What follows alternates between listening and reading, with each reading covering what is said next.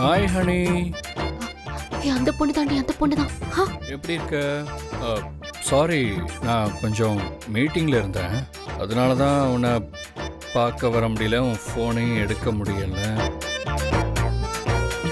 நான் உன்னை இப்போ பார்க்க தான் வரப்போகிறேன். see you baby, bye bye. ஏய், அதான் வெயிட் பண்ண போறாங்களா?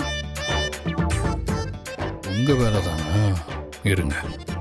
இப்போ நான் என் வேலையை காட்டுறேன். ஏய், ஏதோ கீ சவுண்ட் கேட்டுச்சுல?